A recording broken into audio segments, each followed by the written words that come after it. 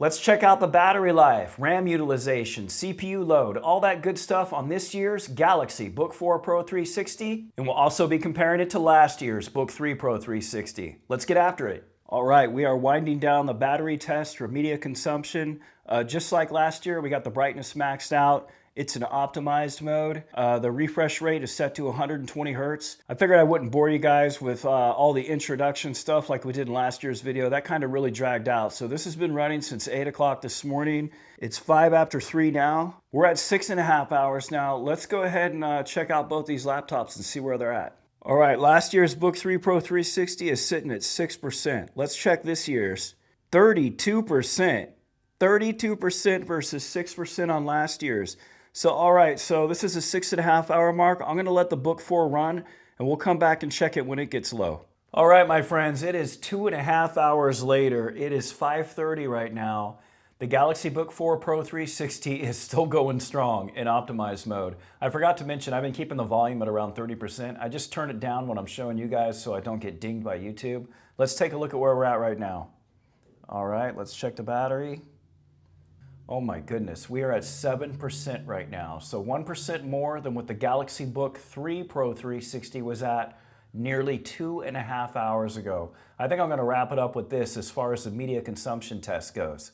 All right, before we do a payload test on these batteries, let's take a look at the thermals while the machines are sitting here idle. They're both sitting in optimized mode, 60% brightness. We're looking at about 32 degrees on the Book 3 Pro 360.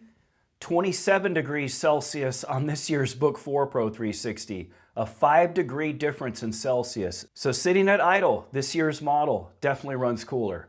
All right, so now what we're gonna do is I have this script here that I wrote last year for the Book 3 Pro 360, and it's gonna load up 3 different web pages every 5 seconds, and it's gonna write a temp file to our machine. So this is gonna mimic some pretty heavy usage on both devices, and we're gonna see how quickly this wears down the battery, and we're gonna see what kind of thermals we get under load. So let's go ahead and start this script real quick. All right, here we go. All right, so it's roughly 10:35 in the morning. Let's go ahead and let these scripts run on both machines, and we'll keep track of how long they're running for. Notice here I've got another update for the Book 4 Pro 360. A lot of updates are coming in for this machine. All right, we are at the hour-and-a-half mark. It's roughly, 5 after 12, so exactly an hour and a half. Looks like we have 56% remaining on last year's and 62% remaining on this year's model. So while this is running, let's take a look at a few of these figures here. The CPU load is quite a bit heavier on last year's model. We also take a look at the temperature. It's running just a little bit cooler on last year's model by about 3 or 4 degrees Celsius.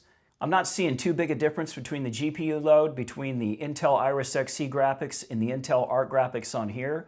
I do see a 10% RAM increase on this year's model. We'll check that out in just a second. But also take a look at the SSD performance. 25% utilization on last year's model, 6% on this year's model. As far as the difference in RAM utilization being 10% more on this year's model, I'm not seeing a real difference here in Task Manager. So it's most likely just allocating more RAM to the integrated Intel Arc GPU. I'll look further into that, but I don't see a difference as far as the applications running. Like Chrome's taking the same amount, this monitoring tool's taking the same amount. So 10% more is getting used by default on this year's model.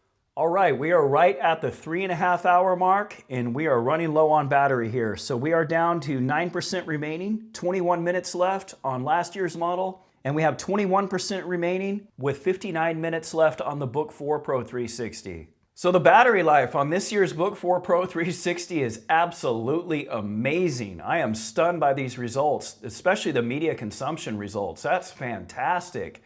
It's going to be real interesting to see how the performance stacks up though, so we'll be covering that in an upcoming video. I also want to look a little bit further into that RAM utilization. Hopefully I can get that covered before we get out the performance benchmarks video. If you have any questions or comments about today's video, please drop them down in the comments section below. Always appreciate your time, and thanks for watching.